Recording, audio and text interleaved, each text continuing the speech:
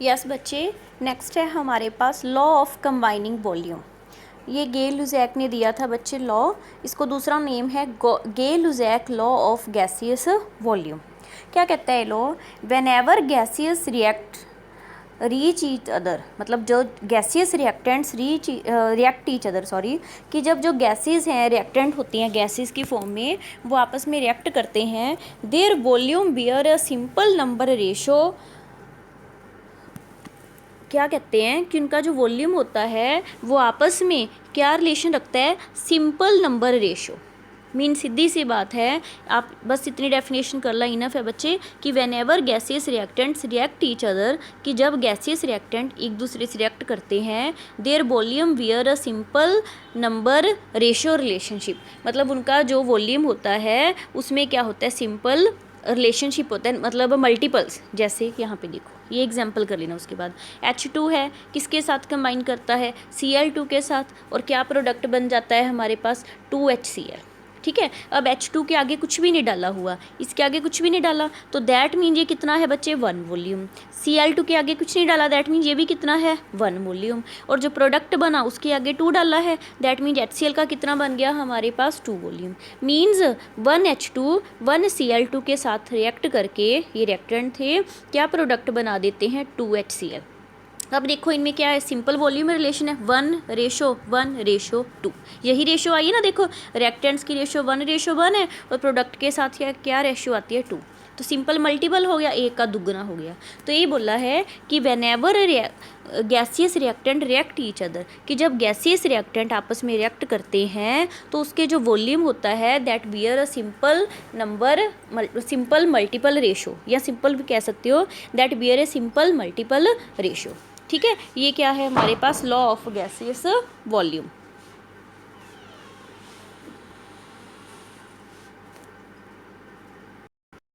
हाँ जी बच्चे, नेक्स्ट हमारे पास आती है वेरी वेरी इंपॉर्टेंट बटा ये question, Dalton atomic theory. Main postulates जो हुए हैं, क्वेश्चन आता होता है write down the main postulates of Dalton atomic theory. First क्या है postulates? Matter is made up of very small indivisible particles called atom.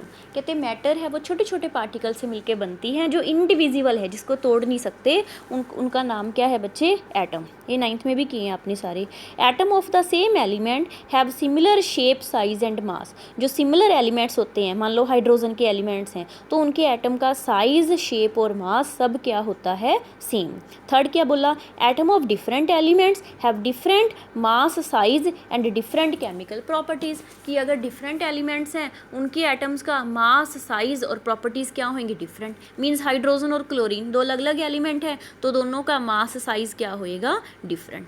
Fourth point क्या है? Atom of same and different elements combine together to form a compound atoms. कहते same element के या different element के जो atoms हैं वो आपस में कंबाइन भी करते हैं, और कंबाइन करने के बाद क्या बना देते हैं? Compound atom. फिफ्थ स्टेप क्या है? The atom combine with one another to form compounds in simple whole number ratio. कि जो एटम आपस में कंबाइन करके कंपाउंड एटम बनाते हैं वो कैसे बनाएंगे? सिंपल होल नंबर रेशो में। जैसे अभी लास्ट मैंने करवाया कि H2Cl2 कंबाइन करके 2HCl बनाते हैं, तो सिंपल होल नंबर रेशो थी 1:1:2। नेक्स्ट क्या बोला है? 6 पॉइंट, एटम ऑफ 2 एलिमेंट्स में combine in different ratio two form more than 1 compounds. मतलब जो एटम्स हैं वो अलग अलग रेशो में कंबाइन करके एक से ज़्यादा तरह के कंपाउंड्स भी बना सकते हैं। जैसे example, sulphur combine with oxygen, है तो दो ही एलिमेंट है, एक सल्फर एंड ऑक्सीजन, बट अलग अलग रेशो में कंबाइन करके अलग अलग तरह के कंपाउंड बनाते हैं।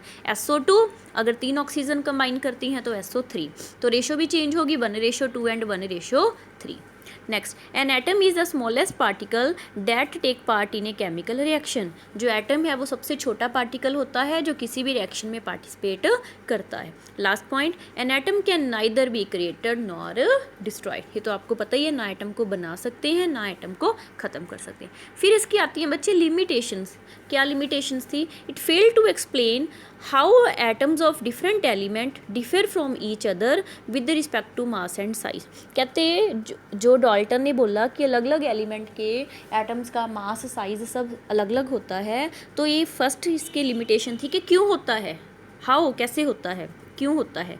ठीक है। It could not explain why atom of different elements combine to form molecule. फिर इसका पोस्टुलेट था कि एटम है जो वो आपस में कंबाइन करके कंपाउंड एलिमेंट बनाते हैं, तो वो भी ये एक्सप्लेन नहीं कर पाया कि कैसे कंबाइन करते हैं, क्यों कंबाइन करते हैं, वाई एटम, क्यों एटम कंबाइन करते हैं और कंबाइन करने के बाद मॉलिक्यूल बनाते हैं।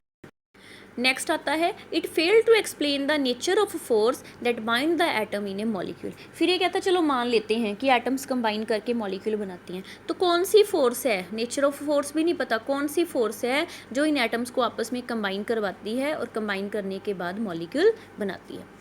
Fourth point, it explain the law of chemical combinations by weight. हाँ, लॉ ऑफ केमिकल कॉम्बिनेशन तो इसने बता दिया कि एटम कंबाइन करते हैं, ठीक है, but fail to explain the law of gases volume. Gases volume का जो लॉ था, गेलुजैक लॉ, उसको ये एक्सप्लेन नहीं कर पाया। Last, it can not give a clear distinction between atom and molecule. हाँ जी, ये एटम और मॉलिक्यूल में ज़्यादा डिफरेंस कर ही नहीं पाया। एटम बोले जा रहे हैं, कहीं पे डाल्टन ने कंपाउंड एटम बोल दिया, तो एटम और मॉलिक्यूल में क्लियर डिस्टिंक्शन नहीं कर पाया। क्लियर स्टूडेंट्स, ये डाल्टन के पोस्टुलेट्स भी आ जाते हैं और डाल्टन की फिर लिमिटेशन भी। उसके बाद जो नेक्स्ट थ्योरी आती है वो है मॉडर्न एटॉमिक थ्योरी।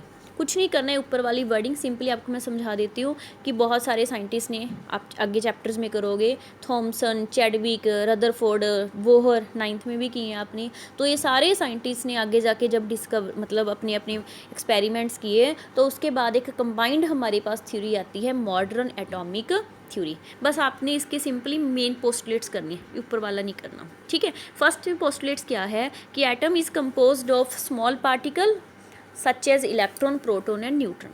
मतलब डाल्टन ने तो बोला था कि एटम सबसे छोटा पार्टिकल होता है, बट मॉडर्न ने क्या बोला कि एटम के अंदर भी छोटे छोटे पार्टिकल्स होते हैं, इलेक्ट्रॉन, प्रोटॉन, न्यूट्रॉन वो एटम के अंदर है, तो एटम से भी ज़्यादा छोटे पार्टिकल्स हैं। एटम ऑफ सेम एलिमेंट में हैव डिफरेंट एटॉमिक वेट। फिर सेकेंड पोस्टुलेट्स क्या बोला, डाल्टन ने कहा था कि सेम एलिमेंट के एटम का मास, साइज सब सेम होएगा, बट ये पोस्टुलेट्स क्या कहता है कि सेम एलिमेंट के एटम का मास अलग हो सकता है।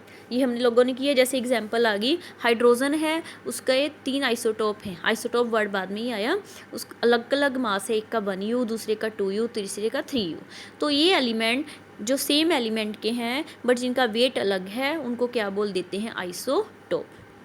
Next, the ratio in which atom combine में be fixed integer but may not be simple. इसके बाद पोस्टुलेट्स इसने बताया, डाल्टन ने कहा था कि कंबाइन करेंगे हमेशा सिंपल होल नंबर रेशियो में कंबाइन करेंगे, तो मॉडर्न ने क्या कहा थ्योरी ने कि एटम जब कंबाइन करेंगे उनकी रेशियो सिंपल हो सकती है, मतलब सॉरी रेशो फिक्स हो सकती है, बट ज़रूरी नहीं है कि वो सिंपल हो। जैसे एग्जांपल शुगर का फॉर्मूला है C12H22O11, तो ये रेशो सिंपल थोड़ी ना है। कौन सी रेशो आ गई, कार्बन, हाइड्रोजन, ऑक्सीजन, कौन सी रेशो में, 12, 22, 11। It is not a simple ratio. Last, atom is the smallest particle that take part in a chemical reaction. ये सेम है कि एटम ही सबसे छोटा पार्टिकल होता है जो किसी केमिकल रिएक्शन में पार्टिसिपेट करता है।